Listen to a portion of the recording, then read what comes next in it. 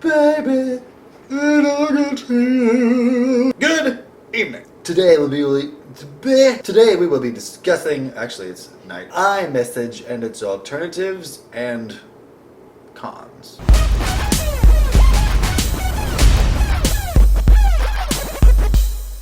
Oh, I'm tired. As many of you probably already know, iMessage and FaceTime are the two saving graces of Apple when it comes to software, in my opinion, and in my experience. They are the reasons why the majority of people, when presented with the concept of switching, do not. They're like, oh, I need my iMessage because, blah, blah, and blah. What would my friends think if I came across with green bubbles? and of course there's Google Allo that really never took off and is too stiff as far as aesthetics go, for my taste at least, and I'm sure a lot of other people's. And because of its newness, it's not near as polished as iMessage is. By itself, iMessage is a very nice messaging platform. There's a whole lot of extras to it. Now, at least the extras that didn't get broken by iOS 11, which has been reported to be the buggiest iOS update ever. And its primary purpose, besides messaging, seems to be to teach its users that blue is good, green is bad. And I'm sure we're all aware of the fiasco and class action lawsuits that Apple had filed against it a few years ago, when users who finally switched from their ecosystem stopped getting text messages. That is because iMessage automatically saves your phone number to the iMessage database. So that way, when any iPhone who has iMessage turned on most of the time by default, not most of the time, it's turned on by default every single time, people, tries to send you a message, the servers catch the message and then they reroute it to show up as an iMessage instead of an actual text message. So if you switch to a non-Apple phone and your friends who still have iPhones try to message you, it wouldn't go through. And back then you had to call Apple and tell them, or ask them, I would have told them, to take your number off of the iMessage database. And not a whole lot of people knew this. So what that created, and what I'm convinced that Apple was 100% aware of, was this sense with switchers that went from Apple to Android. In their minds, they're like, okay, when I had my iPhone, I got messages just fine. Then I made the switch. Oh no, I don't get text messages like I should anymore. Android is crap. This phone sucks. Blah fucking blah. Because they weren't made aware, of course Apple's not going to tell them that their messages are going to stop coming through. It's in their best interests to withhold that information and just kind of blotch over that little tidbit. This led to much frustration and several lawsuits being filed against Apple, which they won, of course. But not the one where they had to pay like $400 million. That's another video topic though. This withholding of information was costing people money. Amber Johnson, an esthetician in Oakland, switched from an iPhone to a Galaxy S5, so this was around 2014 or so. She promptly got caught in what Adam Pash, a former editor of the popular how-to website Lifehacker, calls iMessage purgatory.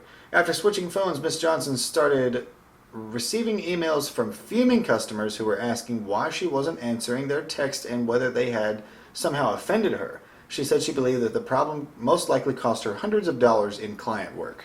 And that's just one example of Apple's unwillingness to unhook its digital claws out of the lives of their customers. Also, to those who may respond with, yeah, well, iMessage has end-to-end encryption. According to researchers, since Apple controls the encryption keys, and they do, they can access them at any time the government has proper cause and a warrant and all that other stuff, making them no different from text messages as far as governmental stuff goes. At the end of 2012, 28,000 messages per second were sent on iMessage. Now, at the beginning of 2016, it is now 200,000 messages per second are being sent and received on iMessage. My microphone battery is dying. I'm tired. Like, the live stream didn't work out that well. I said I was going to post the resulting video of that as an actual public video. It's not going to happen, man. I looked at the footage. It looks like garbage, and I can save that for another video because I will not be continuing daily uploads. This week was kind of a trial run to see how sustainable it was, and it's not. Not with a 40-hour-a-week job. On top of that, it's like wake up, get ready for work, make last night's upload public, go to work, come home, sit down, get ready, turn the camera on, and film another one. Edit that for 2 hours, 2 or 3, sometimes more. And then export it and then upload it and get it all tagged and ready to go public at 9:30 the next morning. It's not sustainable. So I'm going to move back to once every 2 days. There will be 2 empty days in between uploads. It's the best I can do for you. I'm sorry. I may pick a day during the week to do for sure upload days, but those days have not been determined yet. Because if this continues, the quality of the videos is going to kind of deteriorate, and I want to be able to put spicy stuff in front of them, like with the Conquering Social Fears video. To me, it adds to the overall aesthetic of the video. It makes it more enjoyable to watch, even though during the audience retention, when I looked at that, there's a lot of people decided to skip the stuff that I spent the most amount of time on. Hey, if you don't want to see it, that's fine. I liked watching it. This has been a very, very busy week. Best alternative for iMessage? Facebook Messenger. Facebook has over 1 billion downloads in the Android store, and since Apple has deemed it fit to withhold the amount of times any of their apps have been downloaded from us, I think they might have changed that with iOS 11, but so far I have not seen any stats that show that. We don't know how many times it's been downloaded off on an iPhone, but it's got to be as much or more.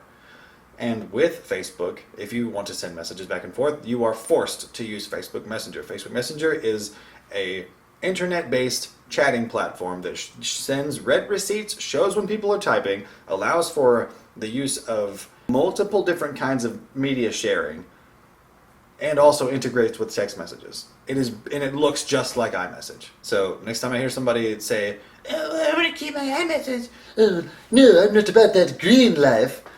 I'll be like, do you use Facebook Messenger? Well, yeah, but No excuses. Use Facebook Messenger. I'm exhausted. Stay beaming.